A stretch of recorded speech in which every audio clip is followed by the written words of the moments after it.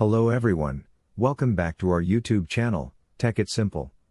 In today's video, I'm going to show you how you can log into your JPMC account, which means JP Morgan Chase login. To do so, follow some simple steps which I'm going to show you now. Open your web browser and in the search bar, type in JPMC HR login. As a result, you can see the options here.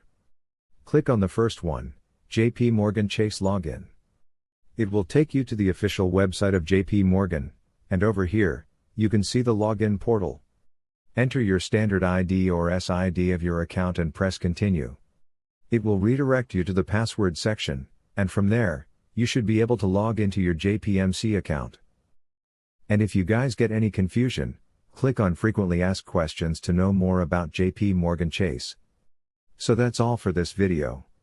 If you find our video helpful, please leave a like and please do not forget to subscribe to our channel and also hit the bell icon for the latest videos.